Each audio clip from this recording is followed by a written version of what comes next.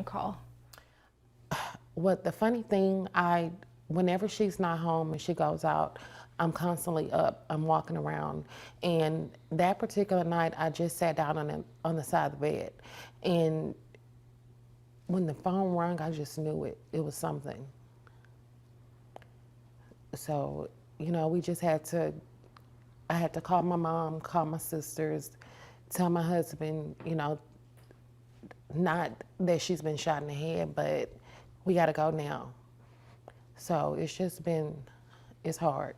So you went straight to the hospital. What happened when you got there?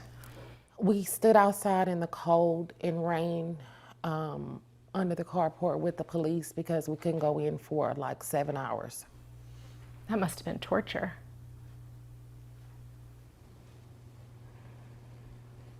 It was, to hear her say that and then you don't know. Did they tell you, or I guess she told you, you knew that she had been shot? Mm-hmm. But as to know, like, is she okay? Like,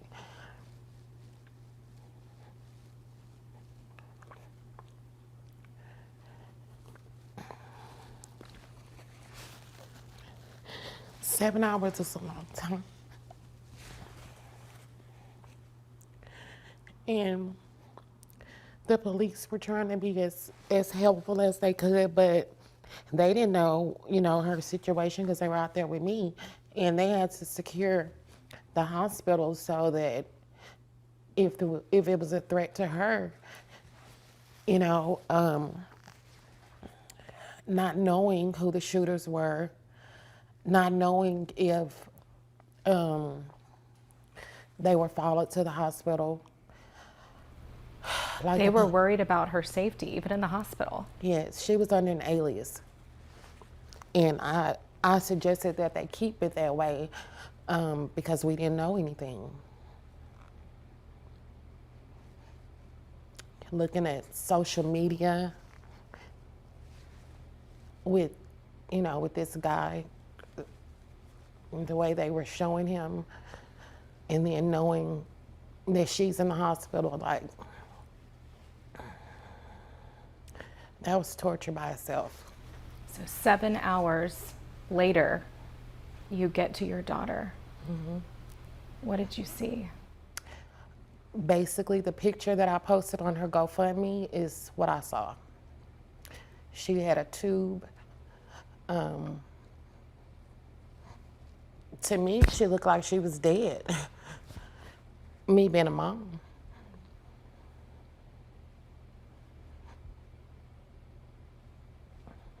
Just something I'll never forget. How long was it before she woke up that first time? Probably the next day, I think. She woke up and, like she said, she wanted to leave. So they had to keep her sedated. And just seeing her, her hands are in mittens, the tube, just the whole look of everything. And yeah, even my friends when they see the picture, they just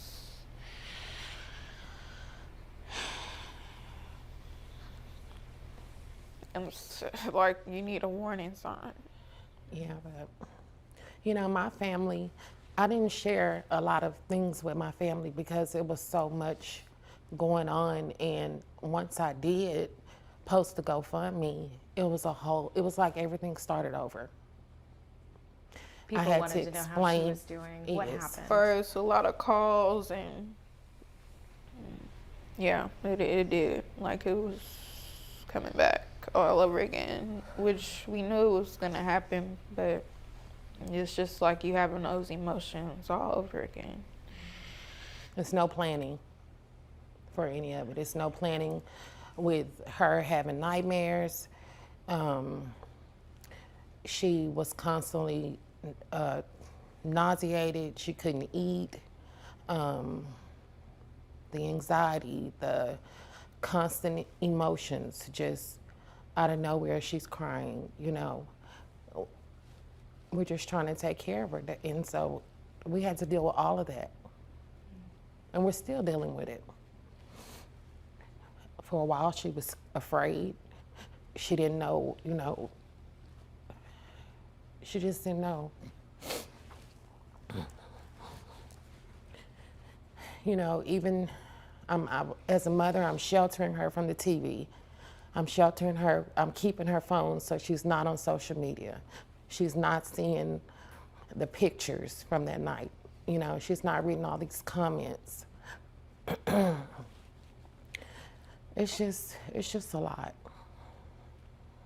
You know, I'm covering up for my 7-year-old. You know, she wants to know, where's Sissy? So I'm telling her, you know, she knew she was in the hospital, but I'm telling her, oh, Sissy has a headache, but she'll be fine. She knew something was going on, but she's only 7.